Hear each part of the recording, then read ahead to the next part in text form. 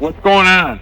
I don't know what happened. I just came over to my parents' house because we were going to watch the game, and my mom is shot, and my dad is shot, and my brother's here. On the evening of October 20th, 2007, the Petrick family's world was shattered in an instant. In the quiet town of Wellington, Ohio, a peaceful day turned into a nightmare when Mark Petrick was brutally shot in the head. As he crumpled to the floor, his eyes caught the lifeless body of his beloved wife, Susan, her life stolen in a heartbeat. Their daughter Heidi, along with her husband, walked into the house moments later, only to be greeted by a sight that would haunt her forever. With trembling hands, she immediately dialed 911, her voice barely able to convey the terror before her. The police arrived swiftly, scouring the scene for clues. It didn't take long for them to conclude that a single, ruthless shooter had targeted the couple. But who could commit such a heinous act, and why? As the investigation began, questions swirled. Who was this cold-blooded killer? Was there a connection to the Petrick family? And most chillingly, what could have driven someone to such a gruesome crime? Hello and welcome back. If you are new to our channel, be sure to hit the subscribe button and turn on notifications so you don't miss any future videos. Now, let's dive into this heartbreaking story.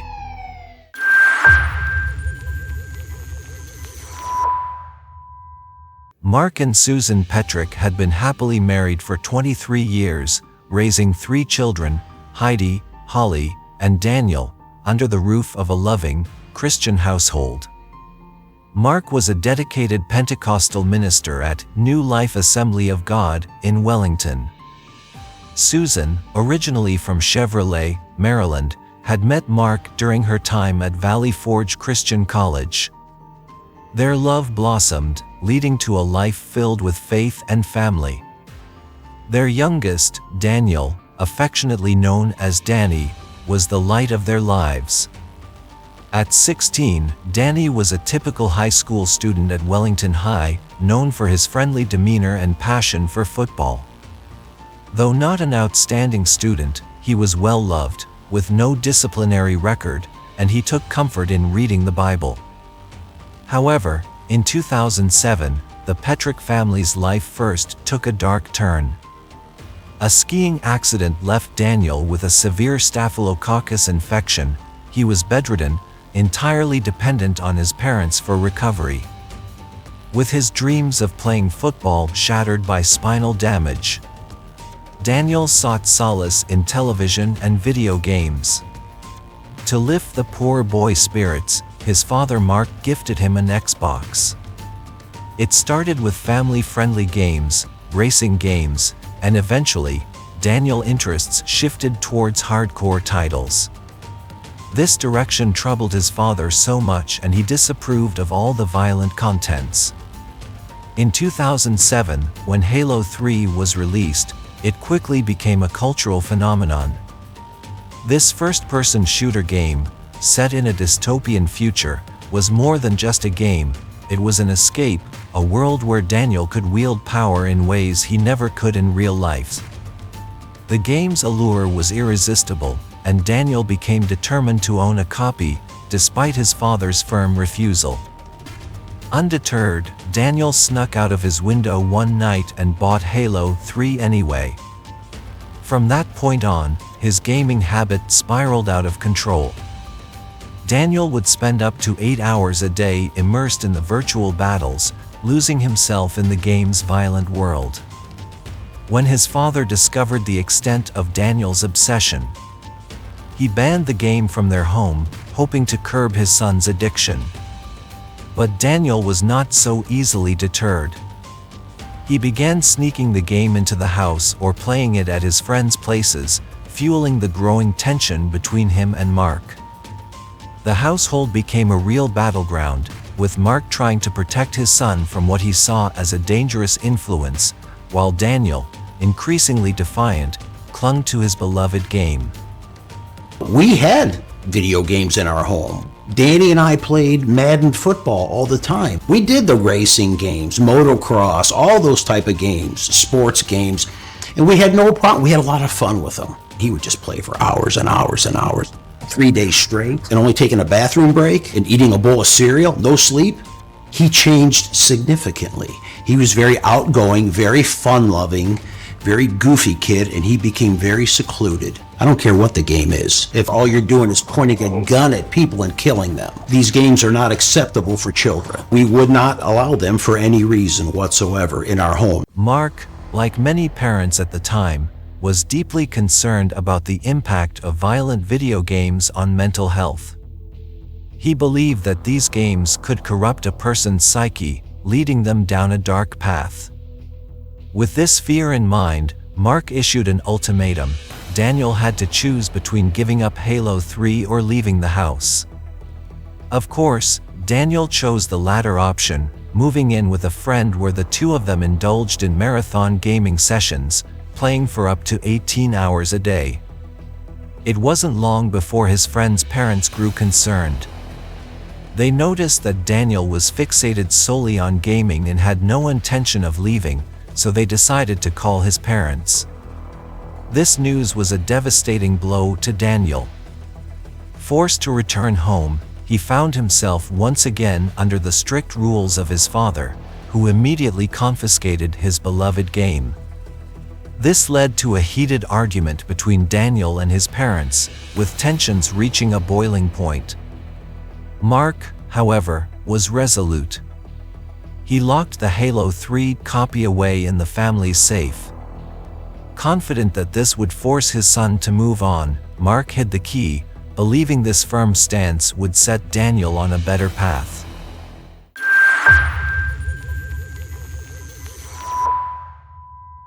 October 20th, 2007, began like any other day for the Petrick family.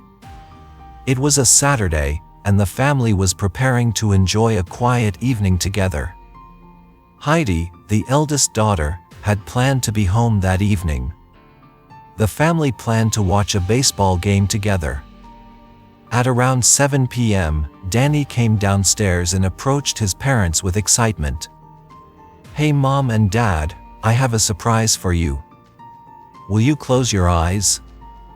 Anticipation filled the room as Mark and Susan Petrick, with smiles on their faces, agreed to close their eyes, awaiting the surprise Daniel had in store. The silence was broken by a sudden, sharp click. Daniel shot his father before he could process what was happening. Daniel had already stolen the hidden key, accessed the safe, retrieved his game, and armed with the U.S. Taurus P92 handgun. The bullet struck Mark directly in the head at point-blank range. Numbness overtook him as he collapsed to the floor, his vision blurring, only to witness the unthinkable, Daniel turning the gun on his own mother. Susan. 3 deafening shots echoed through the room. The first bullet tore into Susan's chest, the second into her arm, and the final, fatal shot struck her in the head. She died almost instantly, her life extinguished in a flash. As Mark lay on the cold ground, fighting to stay conscious, Daniel approached him, placing the gun in his father's hand with a chilling calmness. "You should hold on to this," Daniel muttered, as if the weapon somehow still belonged to Mark. But Mark, battling to stay alive, could no longer comply with his son's twisted game. A sudden knock at the door shattered the tension. Heidi, who was supposed to arrive later in the evening, had come early with her husband, Andrew. Panic surged through Daniel. He hurried to the door, trying to block his sister from entering. "You shouldn't come in," he stammered. "Mom and Dad had a huge argument." But Heidi's instincts kicked in when she heard faint moans from the living room. Straining to listen, she recognized the weak, desperate voice of her father calling for help. Without hesitation, she pushed past Daniel, and what she saw froze her in place, the blood-soaked scene that was once her family's living room. Before Heidi could fully comprehend the horror, Daniel, now desperate, grabbed the gun again. He intended to kill all witnesses. But Andrew, quick on his feet, lunged forward and wrested the weapon from the teenager's grasp. Disarmed and cornered, Daniel fled the house in the family van. He didn't forget to grab his copy of Halo 3. He came right around here, walked up right behind me, and shot me right in the head. And then he turned, he hit her 3 times, and she died almost instantly. He kept trying to give me the gun, and I wouldn't. Then there was a knock on the door. My son-in-law busts the door wide open, knocks Danny aside, sees all the blood, sees the gun sitting on a coffee table. And he just looks at Heidi and says, "Do not come in here. Call 911. With Daniel gone, Heidi's mind raced. She immediately dialed 911, her breath caught in her throat as the gravity of the situation began to sink in. The nightmare wasn't over, but she had to save what was left of her shattered family. What's going on? I don't know what happened. I just came over to my parents' house because we were going to watch the game, and my mom is shot, and my dad is shot, and my brother's here. Does anybody know what happened? Did your brother shoot your parents? I don't know. I just know.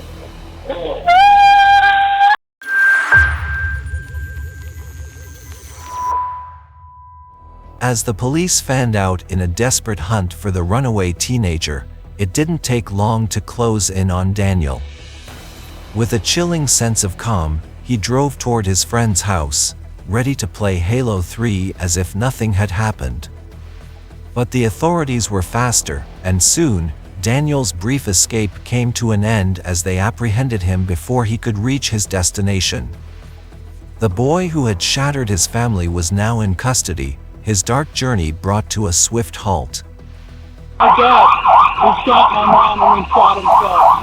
My dad shot my mom. Why would my dad shoot my mom? I don't know, man. Daniel was escorted to the cold, sterile confines of the interrogation room.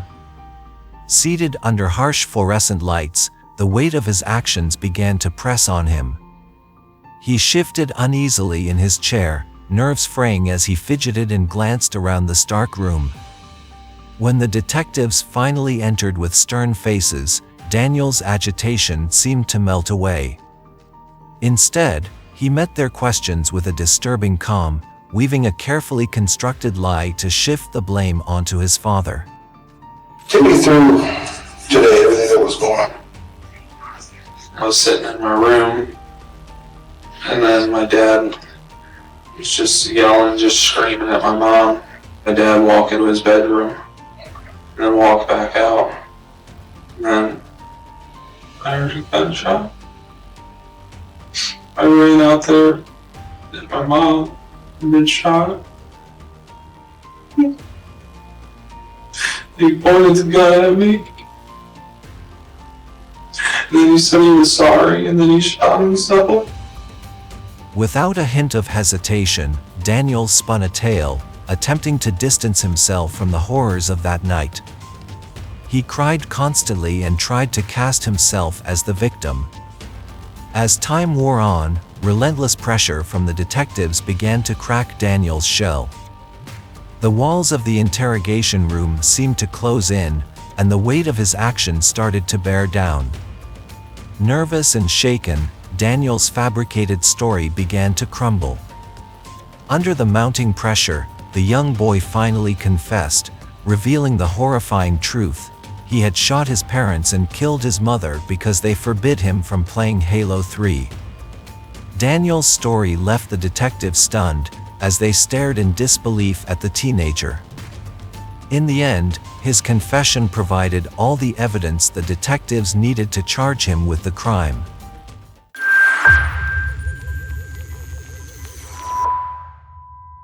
Meanwhile, back at the Petrick house, Mark was rushed to the hospital in critical condition. He underwent 5 grueling surgeries, including reconstruction of his eye socket and jaw. The physical and emotional trauma was overwhelming, and Mark eventually slipped into a coma, the weight of his son's actions pulling him into a dark abyss. I was in the hospital for, I think, 30 days. They did 5 surgeries on me. Reconstruction surgeries to my eye socket, the roof of my mouth, my jaw, just all kinds of stuff. I couldn't stop thinking about what happened that night. And the more I thought about it, the more I wanted to kill him. This tragic turn of events meant that Mark was unable to attend his wife's funeral, as he was locked in a battle for his own life in the hospital. Against all odds, Mark miraculously survived the devastating gunshot wound to his head. After 2 long weeks in a coma, he finally regained consciousness, only to face the daunting task of relearning basic bodily functions, his brain severely damaged by the trauma. But physical recovery was only part of Mark's ordeal. As he struggled to regain control of his body, he was also wrestling with a far deeper and more agonizing pain. His own son had brutally taken his wife's life. The thought that this unspeakable act was triggered by something as trivial as a video game added another layer of torment. The anger and sorrow of watching his family destroyed by such senseless violence weighed heavily on Mark. I said, God, I hate that kid. I hate him. He's my son, but I hate him. And so I told God, you know what? The next time I see him, I'm going to kill him. Mark was consumed with rage, knowing deep down that he could never truly forgive his son, especially for the loss of his beloved wife. But as a father, the power of love began to take over. As Daniel's trial approached, Mark found himself torn between his need for justice and his role as a father.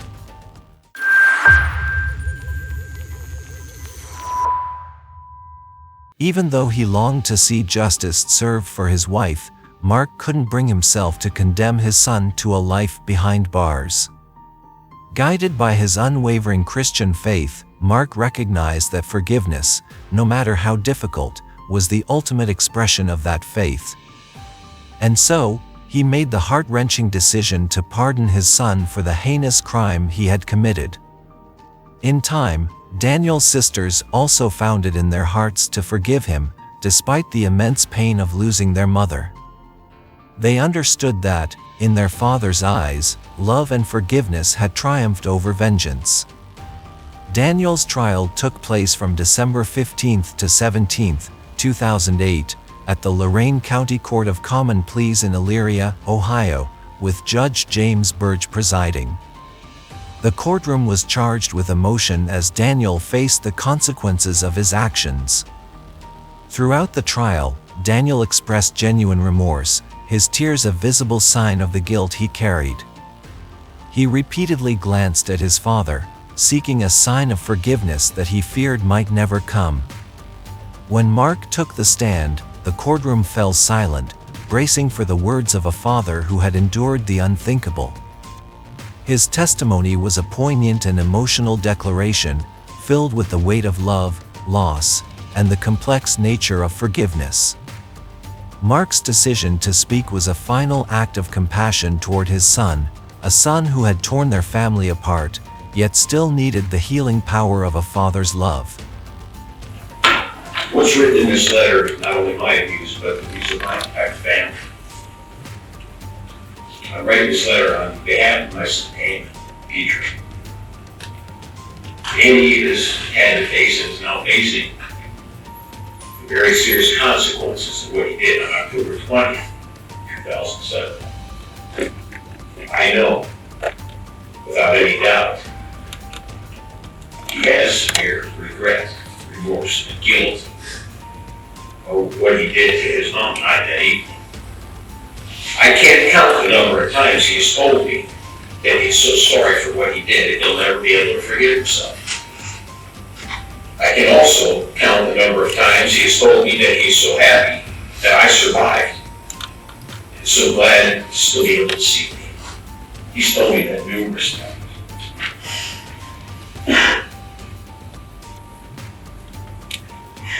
I love you, Danny. I can't count the number of times that he said, Dad, I miss Mom. I miss Mom. His pain runs very deep, and it should. I believe it should run deep. And if his pain did not run deep, I guarantee you I would not be standing here speaking on his behalf. I call him like I see him. And I would not stand here and talk on his behalf if his pain didn't run deep. I know it does, contrary to others' opinions. In addition to the emotional testimony, approximately 25 people gathered in support of Daniel during the trial. Among them were his friends, relatives, and immediate family members, including his grandfather. Their presence was a testament to the complex web of love and loyalty that still surrounded Daniel, despite the horrors of his actions. But the prosecution saw things differently. They argued that Daniel's actions were premeditated, driven by anger and obsession. They pointed to the calculated way in which Daniel had executed the crime, luring his parents into a false sense of security before shooting them in cold blood. They also highlighted the fact that Daniel had tried to blame his father for the crime, a move that they said demonstrated his lack of remorse. The prosecuting attorney recommended maximum sentence, which was life without the possibility of parole. In the end, it was up to Judge James Burge to decide Daniel's fate. Due to his age, Daniel Petrick was spared the death penalty. However, he was sentenced to life in prison, with the possibility of parole after 23 years, the minimum sentence allowed. Ultimately, Daniel was convicted of aggravated murder, attempted aggravated murder, and tampering with evidence.